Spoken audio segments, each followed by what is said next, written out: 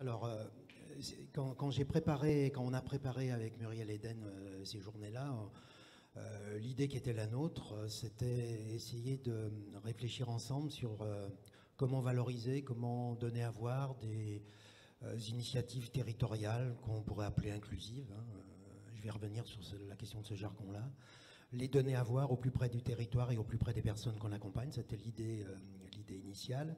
La deuxième idée, et c'est un peu le thème de mon intervention, le thème décryptage, ça veut dire que peut-être qu'aujourd'hui on utilise tous un jargon, une nouvelle langue, flasher les QR codes au hasard.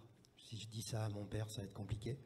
Et là, on va par exemple utiliser dans tous les cahiers des charges depuis à peu près 2017, territoire inclusif, territoire apprenant, voilà, toutes ces choses-là.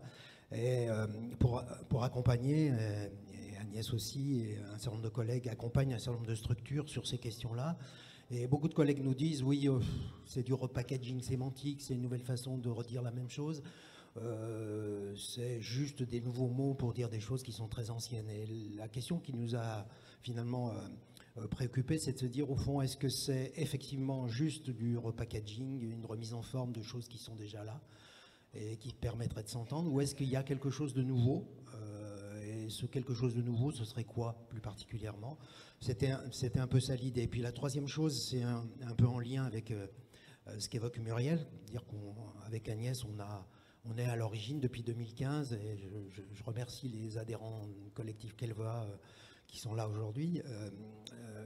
Notre idée depuis le début, c'est sortir des réseaux qui promeuvent leur travail pour essayer de penser à la question du bien commun et du service aux personnes et au territoire, et sortir des clivages des professionnels qui peuvent avoir tendance à plutôt chercher la légitimité de leur propre structure plutôt que la qualité du service qu'on rend aux personnes. Et l'idée de Kelva depuis le début, c'est l'intelligence collective, le partage de professionnels qui pourraient à un moment donné construire quelque chose ensemble, qui pourrait réellement permettre aux personnes de développer leur propre pouvoir agir au regard de ce qui est important pour elles. C'était un peu ça l'idée, et la démarche qu'elle va, elle est autour de cette idée-là. Donc il était normal qu'un jour on se rencontre avec le CIBC, puisque aussi nous-mêmes on a une vieille relation d'amitié et d'affection avec le réseau des CIBC.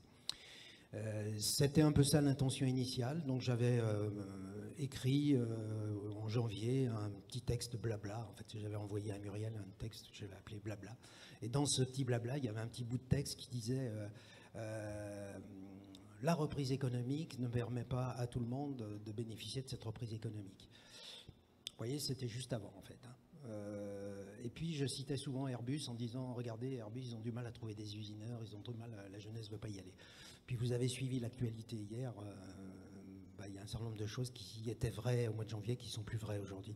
Alors quelle leçon de tout ça, avant de parler du décryptage? Ça veut dire qu'on découvre brutalement une sorte d'évidence, c'est que toute vérité est contingente, c'est-à-dire que ce qui est vrai hier est plus vrai demain, et que la manière dont on a pensé l'organisation des services jusqu'à présent, peut-être qu'elle est remise en question d'une certaine façon par rapport au nouveau paradigme dans lequel on se situe aujourd'hui. Alors du coup, il y a une vraie question pour nous, c'est quand tout change, qu'est-ce qui reste? Si effectivement il y a des principes qui sont modifiés au regard de l'évolution des contextes eux-mêmes, est-ce qu'il y a des choses qui résistent? Est-ce qu'il y a des choses qui sont plus universelles? Est-ce que ces choses-là, on peut les construire ensemble? Et est-ce qu'elles peuvent se décliner en actions individuelles et collectives qui peuvent avoir du sens? Et il y a un dernier point par rapport à tout ça, je mène un travail aujourd'hui dans le cadre de ma mission à IPAL sur justement la question de l'arrivée du concept de territoire inclusif, en gros dans le jargon et dans les différents cahiers des charges. Donc depuis 2017, on s'est amusé à regarder partout où on voyait apparaître ces éléments-là. Et la première chose qui apparaît très clairement, c'est même si les questions de partenariat, de coopération sont très vieilles dans la politique publique en France, elles ont une trentaine d'années, hein, à partir de 2017, on les voit apparaître comme non plus des recommandations, mais elles apparaissent aujourd'hui comme des obligations. Si vous regardez le projet EPIC, tous les cahiers des charges introduisent très clairement, non plus uniquement la volonté de travailler ensemble, mais aussi la nécessité, voire l'obligation de construire des partenariats. Ce qui pose des questions, et je relisais hier un papier de Serge Ravet sur les questions de reconnaissance, et il me semblait que ça pose la question non seulement de la reconnaissance, mais de la légitimité des structures. Une question simple, Il y a une vingtaine d'années, les structures, au regard de la mission et de la construction historique qui était la leur, étaient légitimes a priori par rapport au travail qu'elles pouvaient faire au service du public. Ce n'est plus tout à fait vrai. La légitimité n'est plus donnée, perpétuelle, elle est une construction, chaque fois contingente.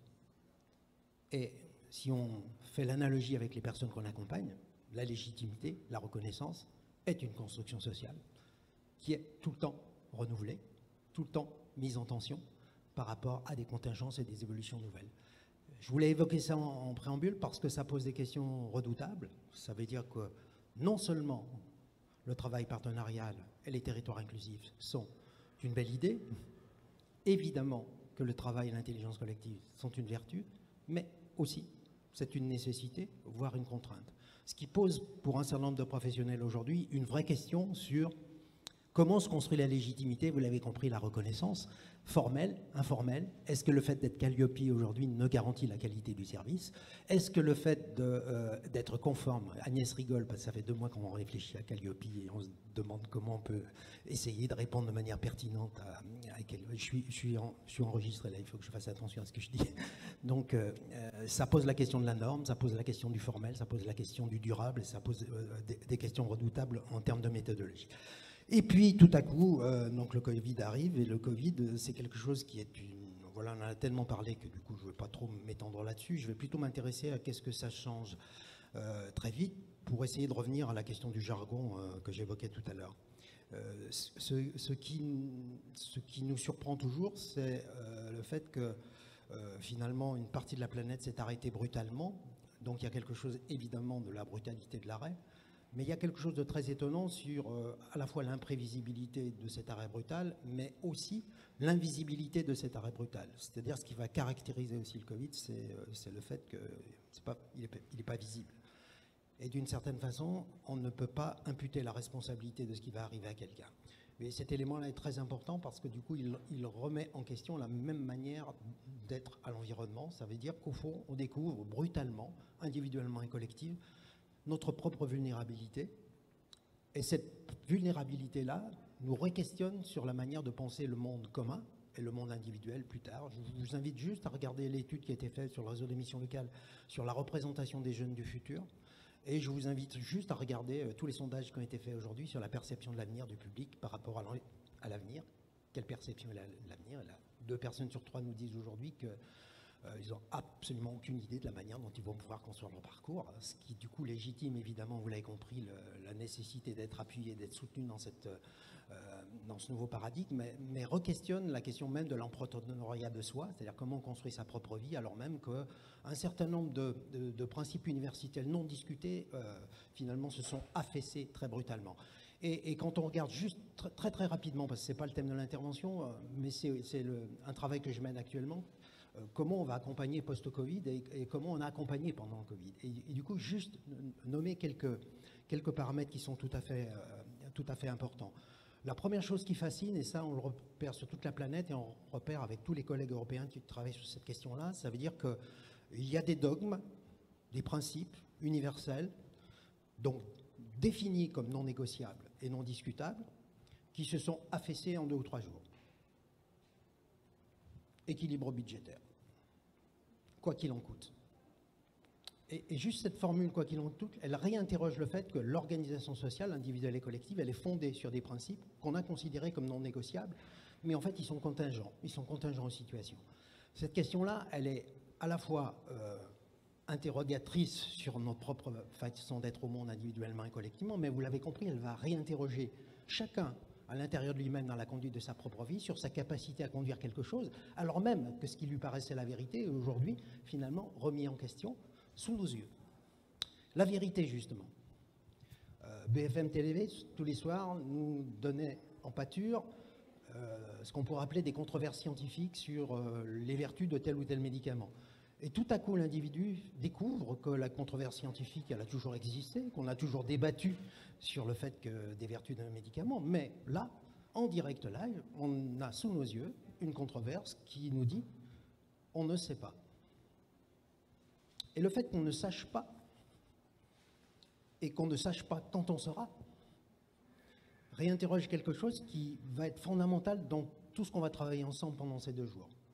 La première chose, c'est que on découvre que l'incertitude et l'imprévisibilité est une norme. Prévoir n'est pas forcément la stratégie la plus adéquate. Et on a vu très très bien que la question de prévoir, bien difficile dans l'environnement dans lequel on est, le Covid nous y ramène. Ce qui veut dire que si on ne peut pas prévoir, il va nous falloir anticiper. Anticiper, c'est pas prévoir. C'est mettre en place les conditions pour que ce qui va se passer, je sois capable d'y faire face. Et il me semble que c'est une nuance tout à fait importante. Et les questions d'accompagnement vont sans doute se déplacer de façon considérable, puisque ce qu'on peut prévoir, c'est qu'au fond, les personnes vont avoir beaucoup de mal à se projeter et à élaborer des projets professionnels qui sont contingents d'évolution dans laquelle ils sont. Se posera pour eux très clairement la question de construire des scénarios avec des hypothèses qui sont éventuellement flexibles, agiles, en fonction des évolutions, de ceci, de là, des modalités de formation, des modalités de financement, etc. Ce qui veut dire que la question d'anticiper, ça veut dire au moins autant réfléchir à ce qu'on veut faire, qu'utiliser au mieux les ressources de l'environnement pour faire quelque chose qui pourrait être adéquat dans sa propre situation. Et il me semble que ça, c'est déjà dans les tuyaux depuis très longtemps.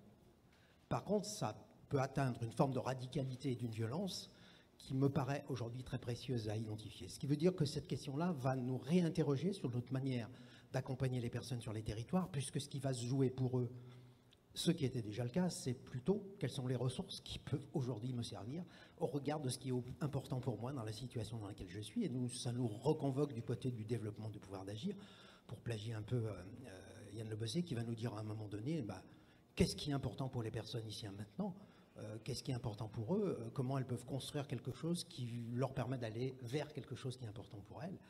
Et quand on questionne aujourd'hui les personnes sur qu'est-ce qui est important pour elles dans le moment qu'on traverse, et quand on les questionnait au mois de janvier sur ce qui est important pour elles, j'ai pas besoin de vous faire un dessin, réfléchissez à vous-même, comment je pense le monde, comment je pense l'avenir, comment je pense, etc. Et vous allez avoir quelque chose qui va arriver très très fortement.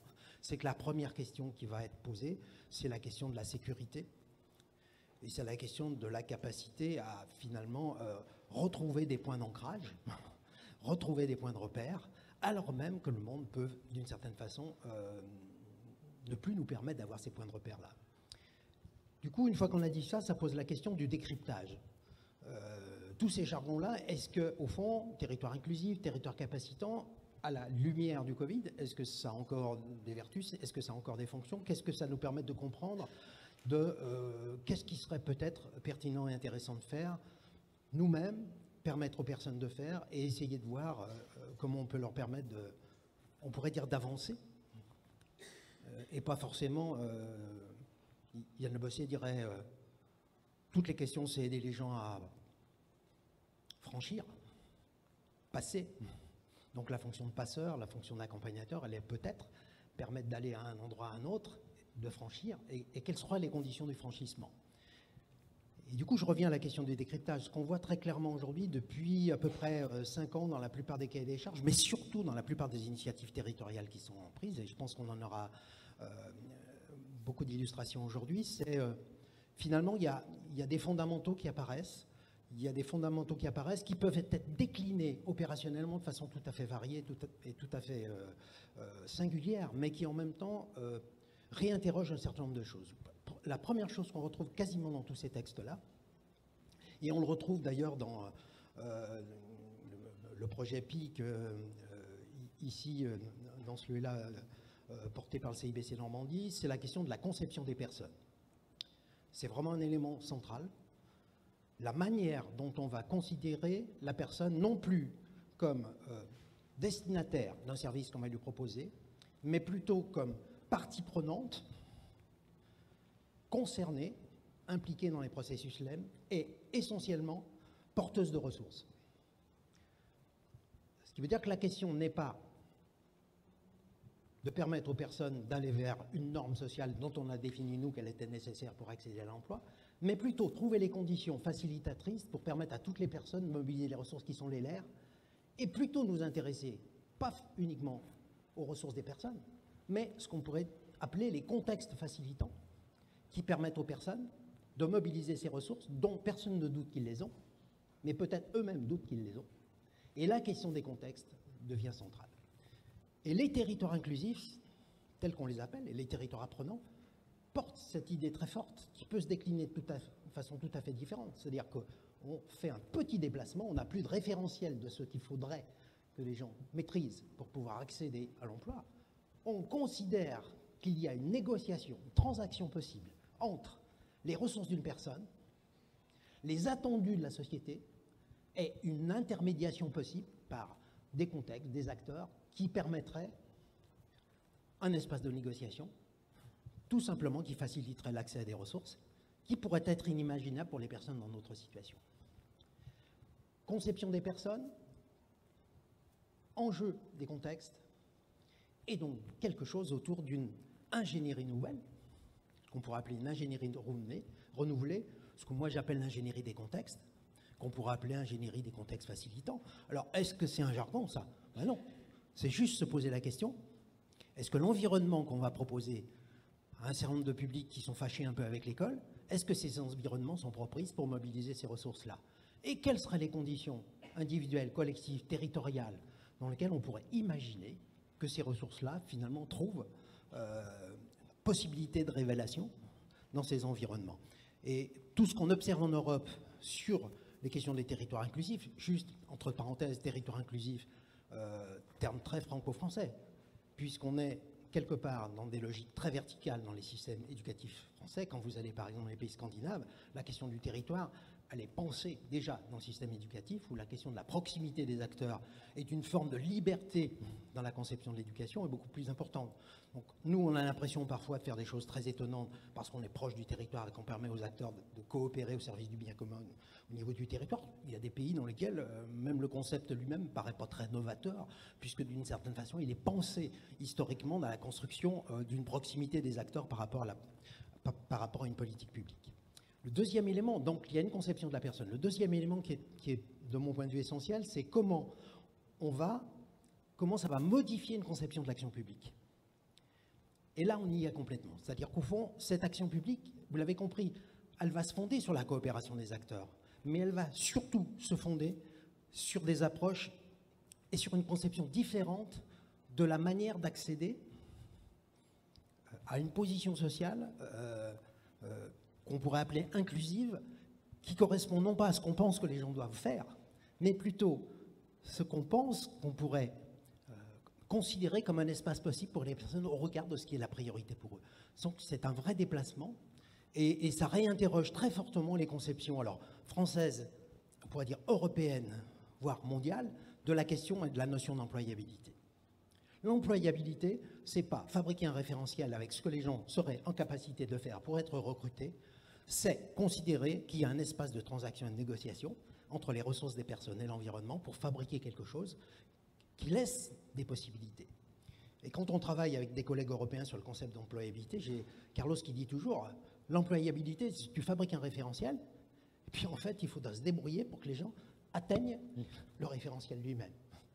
Et il dit, c'est rigolo, l'effort, il est toujours fait porter sur les mêmes. C'est-à-dire, les gens les plus en difficulté, c'est eux qui doivent faire l'effort pour se mettre en conformité aux attendus sociaux. Pourquoi c'est comme ça? Pourquoi on ne pourrait pas imaginer qu'il y a un espace de négociation qui peut s'ouvrir dans lequel on va effectivement, et l'employeur le premier, pouvoir réfléchir à quelles seraient les conditions de développement des ressources dans cette entreprise-là. Alors évidemment, vous l'avez compris, en janvier, mon discours, il avait beaucoup d'impact, puisqu'il y avait des tensions sur le recrutement. Donc les employeurs étaient prêts à faire des efforts considérables pour laisser de la négociation aujourd'hui. Observez ce qui se dit. Je vous invite à regarder le rapport sénatorial sur sortir du Covid. Et on y est. Le monde d'après, c'est qualification, formation, emploi. En gros, avec un vrai risque, c'est qu'on fasse plus de la même chose. Plus de la même chose, et on est bien parti pour le faire. C'est-à-dire considérer que le seul levier sur lequel on peut être, c'est fabriquer plus de référentiels, fabriquer plus de normes, fabriquer plus d'empêchements à agir et d'une certaine façon mettre en place toutes les conditions pour que l'exclusion sociale soit perpétuée ad libitum, c'est-à-dire qu'au fond, avec une idée derrière qui est d'une certaine façon à la fois naïve et problématique, c'est que si on donne les ressources, l'individu est libre pour les utiliser, l'effort de chacun fera que celui qui arrivera sera le héros, avec l'idée même que si on veut, on peut, puisqu'on mobilisera les ressources. Et il me semble que ce qui se joue et ce qui se travaille dans les territoires, c'est quelque chose qui me paraît beaucoup plus intéressant, c'est-à-dire comment on peut ne plus demander aux gens d'être dans notre propre référentiel, mais comment on peut être avec eux sur quelque chose qui est nécessairement contextuel, nécessairement singulier, et vous l'avez compris, nécessairement émancipateur, permettre aux gens de construire de l'expérience, tout simplement au regard de ce qui est important pour eux dans leur propre situation. Conception de l'action publique, conception des personnes, et puis troisième chose qui me paraît important, forcément des nouvelles ingénieries, forcément. Et là, je suis sur des choses très pratiques et sur lesquelles on reviendra ensemble tout à l'heure. Ces ingénieries, eh ben, elles sont expérientielles. Faire vivre des expériences, évidemment. Elles sont contextuelles, intégratives, diraient les Québécois, c'est-à-dire leur permettre à chaque personne de se confronter à des situations et en tirer des leçons dans sa propre situation. Donc nécessairement réflexive. Comment je tire des leçons de cette expérience-là pour en faire quelque chose qui peut m'être utile, et vous l'avez compris, forcément et nécessairement coopérative. C'est-à-dire, au fond, ces ingénieries, pour ceux qui ont lui dit ouais, c'est pas non plus la révolution, pour les personnes qui s'intéressent aux pédagogies actives, c'est pas non plus quelque chose d'extraordinaire, mais ça renvoie tout simplement à des ingénieries renouvelées qui sont nécessairement ancrées sur les contextes de vie des personnes. Et il me semble que si ces ingénieries-là se développent, il ne faut pas forcément chercher les bonnes pratiques. Il faut plutôt se préoccuper de principes d'intervention qui seraient communs, qui seraient transversaux, et qui nous permettraient d'inventer chaque fois des choses nouvelles, en respectant un certain nombre de principes. Et un principe peut-être que je n'ai pas évoqué et qui me paraît central, c'est le fait que nécessairement, dans une pédagogie qu'on pourrait considérer comme intégrative, inclusive, évidemment, les personnes seraient partie prenante, évidemment. Mais elles ne seraient pas non seulement uniquement partie prenante dans le fait de pouvoir donner son avis sur ce qu'on lui propose, elles seraient aussi partie prenante de la construction même des dispositifs. On a ici plein de professionnels qui œuvrent à ça depuis des décennies.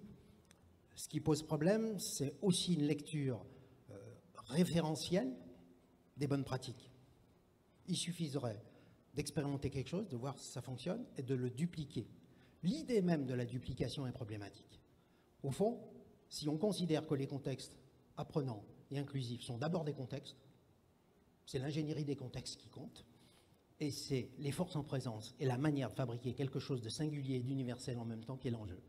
Il me semble que ça croise les travaux sur la reconnaissance, c'est-à-dire que c'est comment on arrive à articuler du formel, du non formel et de l'informel, en sachant que d'une certaine façon, ce qui va jouer, c'est la reconnaissance informelle qui est produite par la reconnaissance de l'environnement et pas uniquement la reconnaissance formelle. C'est pas parce que vous avez un diplôme de médecin qu'on va vous faire forcément confiance. En tout cas, on va vous tester. Je ne sais pas moi, est-ce que vous faites confiance au professeur Raoult? J'aime beaucoup ça. J'habite pas loin de Marseille, alors quand vous dites Raoult sur la plage, c'est moi de toute façon je le crois.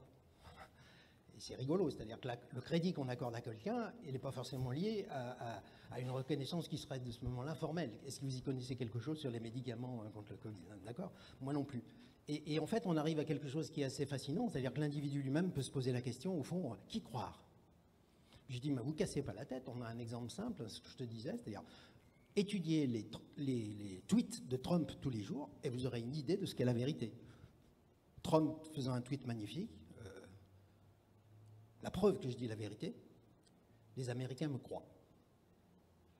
Je vous invite à réfléchir à cette question-là, c'est-à-dire qu'il pose fondamentalement la question à qui on accorde du crédit, qui est légitime, et si je reviens à nos publics, ça pose la question de la confiance que je peux avoir en moi-même, aux ressources que je peux mobiliser, donc la capacité à pouvoir les mobiliser, ce qui veut dire que si on me dit déjà ce que je dois savoir faire avant même d'y avoir été confronté, il y a des chances que ça reproduise des choses qui déjà m'ont fâché avec l'école.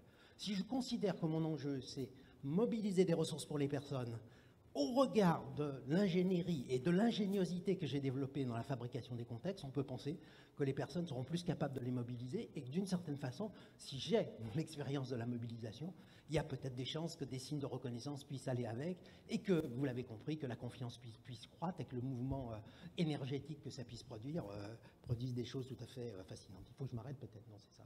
Non. J'ai pas de montre en fait. Il me reste 10 minutes. Donc je vais reprendre ma conférence dans ce que j'avais prévu de dire.